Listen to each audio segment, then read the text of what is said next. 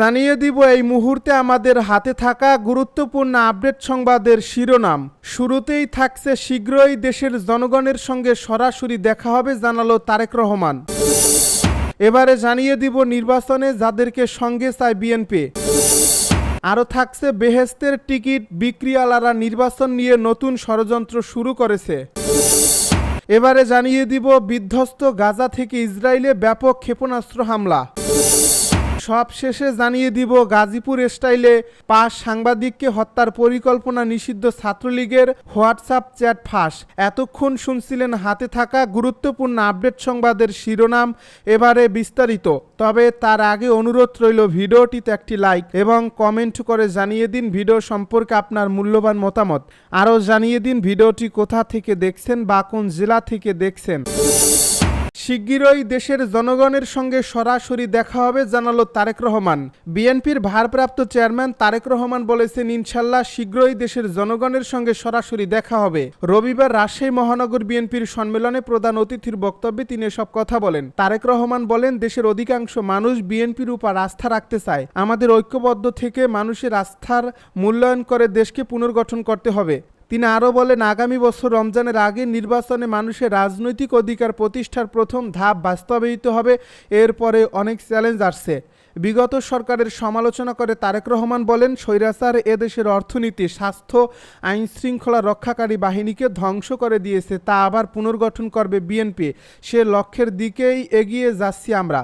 তিনি আরও বলেন, ক্ষমতায় এসে দেশ বিদেশে দক্ষ কর্মসংস্থানের ব্যবস্থা গড়ে তুলতে হবে। শিক্ষার আলো শিক্ষার্থীদের মাঝে পৌঁছে দিতে হবে, তাদের ভবিষ্যতের জন্য গড়ে তুলতে হবে। দলীয় নেতাকর্মীদের উদ্দেশ্যে তিনি বলেন, দলকে জনগণের কাছে নিয়ে যেতে হবে, তাদের মনে আস্থা সৃষ্টি করতে হবে, তাদের নিয়েই আমাদের কাজ করতে হবে। নির্বাচনে যাদেরকে সঙ্গে চায় বিএনপি। ত্রয়োদশ জাতীয় সংসদ নির্বাচন সামনে রেখে মিত্রসহ ধর্মভিত্তিক ইসলামী দল ও সংগঠনের সঙ্গে যোগাযোগ বাড়ানোর উদ্যোগ নিয়েছে বিএনপি। এর মধ্য দিয়ে জোট কিংবা নির্বাচনী সমঝোতার বিষয়টি আরও স্পষ্ট হতে পারে। পর্যায়ক্রমে আরও ইসলামী দল ও সংগঠনের সঙ্গে বিএনপির বৈঠক করার কথা রয়েছে। সংশ্লিষ্ট সূত্রে এ তথ্য জানা গেছে। যদিও বিএনপির নেতারা বলছেন, হেফাজত বাংলাদেশ, জমিয়াতুল মোদারেসিন ও সারসিনা পীরের সঙ্গে যে বৈঠক হয়েছে সেখানে কোনো রাজনৈতিক উদ্দেশ্য নেই। তারা বিএনপির চেয়ারপারসন বেগম খালেদা জিয়া ও ভারপ্রাপ্ত চেয়ারম্যান তারেক রহমানের সালাম পৌঁছে দিয়েছেন। রাজনৈতিক পর্যবেক্ষক মহল বলছে, বিএনপির মিত্র রাজনৈতিক দল তো রয়েছেই, পাশাপাশি আগামী জাতীয় নির্বাচন সামনে রেখে বিএনপি দেশের আলেম ওলামা, ইসলামী দল ও সংগঠনগুলোর সঙ্গে অধিকতর যোগাযোগ ও সম্পর্ক উন্নয়ন এবং আলেম সমাজের জোরালো সমর্থন লাভের লক্ষ্য নিয়ে অগ্রসর হচ্ছে। এরই পরিপ্রেক্ষিতে রাজনৈতিক বৃহৎ ইসলামী শক্তি হেফাজতে ইসলামের শীর্ষ নেতাদের সঙ্গে বিএনপির স্থায়ী কমিটির 2 জন নেতা তারেক রহমানের তরফ থেকে সাক্ষাৎ করেন। এছাড়া সম্প্রতি হেফাজতের উদ্যোগে ঢাকায় অনুষ্ঠিত জাতিসংঘ মানবাধিকার কমিশনের অফিস খোলার চুক্তি সম্পর্কে করণীয় শীর্ষক গোল টেবিলে আলোচনায় বিএনপির পক্ষ থেকে দলের স্থায়ী কমিটির সদস্য সালাউদ্দিন আহমেদ অংশগ্রহণ করেন এবং হেফাজতের দাবির সঙ্গে একাত্মতা প্রকাশ করেন। সারসিনা দরবার শরীফের পীর মুফতি শাহ আবু নসর নিসারউদ্দিন আহমেদ হুসাইনের সঙ্গেও সাক্ষাৎ করেছেন বিএনপির স্থায়ী কমিটির সদস্য সালাউদ্দিন আহমেদ। বিশেষ করে দক্ষিণাঞ্চলে তাদের বড় ভোট ব্যাংক রয়েছে। বেহেশতের টিকিট বিক্রিয়ালারা নির্বাচন নিয়ে নতুন ষড়যন্ত্র শুরু করছে। জাতীয়তাবাদী স্বেচ্ছাসেবক দলের কেন্দ্রীয় কমিটির সভাপতি এস.এম. জিলানী বলেছেন, আমরা লক্ষ্য করেছি বিএনপি নির্বাচনের কথা বললে একটি মাফিয়া চক্র মানুষের কাছে বেহেশতের টিকিট বিক্রি করে। বেহেশতের টিকিট বিক্রিয়ালারা বাংলাদেশের নির্বাচন নিয়ে নতুন করে ষড়যন্ত্র শুরু করছে।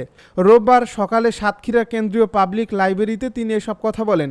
লাইব্রেরির হলরুমে জেলা স্বেচ্ছাসেবক দলের তৃণমূল নেতাকর্মীদের সঙ্গে মত বিনিময় সভায় প্রধান অতিথির বক্তব্যে তিনি ছিলেন। স্বেচ্ছাসেবক দল সভাপতি বলেন, মব তৈরি করায় বাংলাদেশের মানুষ তাদের বট বাহিনী হিসেবে চিহ্নিত করেছে। এ বট বাহিনী এবং ফেসবুকে মিথ্যা প্রচারের বিরুদ্ধে নেতাকর্মীদের সতর্ক থাকতে হবে। সত্যকে সামনে রেখে মিথ্যা প্রচারের জবাব দিতে হবে। জেলা স্বেচ্ছাসেবক দলের আহ্বায়ক অ্যাডভোকেট কামরুজ্জামান ভুট্টো সভায় সভাপতিত্ব করেন এবং সদস্য সচিব শরীফুজ্জামান সজীব সভা সঞ্চালনা করেন। কেন্দ্রীয় স্বেচ্ছাসেবক দলের সহ সভাপতি নেসারউদ্দিন শফি ও সাংগঠনিক সম্পাদক নাজমুল হাসান বক্তব্য দেন। এবার বিধ্বস্ত গাজা থেকে ইসরায়েলে ব্যাপক ক্ষেপণাস্ত্র হামলা।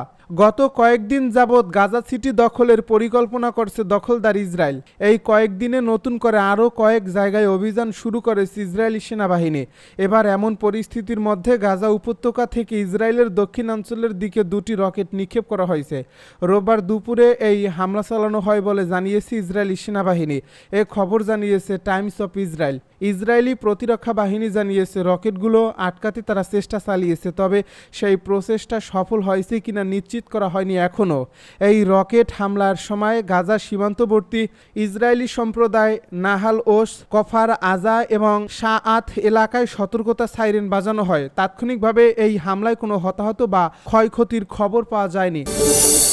গাজীপুর স্টাইলে 5 সাংবাদিককে হত্যার পরিকল্পনা নিষিদ্ধ, ছাত্রলীগের হোয়াটসঅ্যাপ চ্যাট ফাঁস। গাজীপুরের মতো ফেনীতে 5 সাংবাদিকের উপর হামলার পরিকল্পনা করার অভিযোগ উঠেছে নিষিদ্ধ সংগঠন ছাত্রলীগের বিরুদ্ধে। একটি হোয়াটসঅ্যাপ গ্রুপে করা তাদের পরিকল্পনা গোয়েন্দা তৎপরতায় ফাঁস হয়েছে। জানা গেছে একতাই শক্তি নামে একটি হোয়াটসঅ্যাপ গ্রুপে এই হামলার পরিকল্পনা করা হচ্ছিল। শনিবার রাতে বাংলাদেশ সংবাদ সংস্থা, ফেনী সংবাদদাতা ও দৈনিক ফেনীর সময় সম্পাদক মোহাম্মদ শাহাদাত হোসেন ফেনী মডেল থানায় সাধারণ ডায়েরি করেন। বিষয়টি থানার ওসি মোহাম্মদ শামসুজ্জামান নিশ্চিত করেছেন। জানা গেছে ওই হোয়াটসঅ্যাপ গ্রুপে ফেনীর 5 সাংবাদিককে টার্গেট করা হয়। তারা হলেন মোহাম্মদ শাহাদাত হোসেন, যমুনা টিভির স্টাফ রিপোর্টার আরিফুর রহমান, দৈনিক ফেনীর সময়ের প্রধান প্রতিবেদক আরিফ আজম, এখন টিভির প্রতিনিধি সোলাইমান হাজারি ডালিম এবং এনটিভি অনলাইন রিপোর্টের জাহিদুল আলম রাজন। জিডিতে উল্লেখ করা হয়েছে, শুক্রবার দিবাগত রাতে বিভিন্ন মাধ্যমে খবর পাওয়া যায় যে একতাই শক্তি নামে গ্রুপে কয়েকজন ব্যক্তি এই সাংবাদিকদের উপর গাজীপুর স্টাইলে হামলার পরিকল্পনা করছে। এ অভিযোগে আরও বলা হয়েছে, এই গ্রুপে আচমকা হামলা চালিয়ে সাংবাদিকদের কোপানোর বা তাদের বাড়ি ঘরে রাতের আধারে অগ্নিসংযোগের পরিকল্পনা নিয়ে চলছিল আলোচনা। এই গ্রুপের অ্যাডমিনরা হলেন জেলা ছাত্রলীগের সভাপতি তোফায়েল আহমেদ তপু, সাধারণ সম্পাদক নূর করিম জাবেদ, সহ সভাপতি শাহেদ আকবর অভি, আশিক হায়দার রাজন হাজারি, রনিচন্দ্র দাস, পৌর ছাত্রলীগের সাধারণ সম্পাদক আবুল হাসনাত তুষার, ফেনী কলেজ ছাত্রলীগের সাইফুদ্দিন মানিক। এছাড়া গ্রুপে যুক্ত আছেন শওকত কিরণ, জিমান শুভ, এইচ তুষার, জোবায়েত আকাশ, তৌফিক চৌধুরী প্রমুখ। 20 সন্দেহভাজন ইসরায়েলি গুপ্তচরকে গ্রেপ্তার করল ইরান। ইরানের বিচার বিভাগ শনিবার ঘোষণা করেছে তারা 20 জনকে গ্রেপ্তার করছে, যাদের বিরুদ্ধে অভিযোগ করা হয়েছে তারা ইসরায়েলের মসাদের পক্ষ থেকে গুপ্তচর হিসেবে কাজ করেছিলেন। বিচার বিভাগ এই সতর্ক করেছে, গুপ্তচরদের ক্ষেত্রে কোনো নরম সম্মতি করা হবে না, বরং কঠোর শাস্তি প্রদান করা হবে যাতে অন্যদের জন্য সতর্কতা হয়ে ওঠে। বিচার বিভাগের মুখপাত্র আসগর জাহাঙ্গীরি তেহরানের সাংবাদকর্মীদেরকে বলেন, কয়েকজন সন্দেহভাজন অভিযোগ প্রত্যাহারের কারণে মুক্তি পেয়েছেন, তবে সংখ্যা প্রকাশ করেননি। তিনি আরও বলেন, তদন্ত শেষে বিস্তারিত তথ্য জানানো হবে। এই ঘোষণা এসেছে মাত্র কয়েকদিন আগে পারমাণবিক বিজ্ঞানী রুজবেহ ভাদিকে ফাঁসি দেওয়ার পর। তাকে ইসরায়েলের পক্ষে গুপ্তচর বৃত্তির দায়ে দণ্ডিত করা হয়েছিল।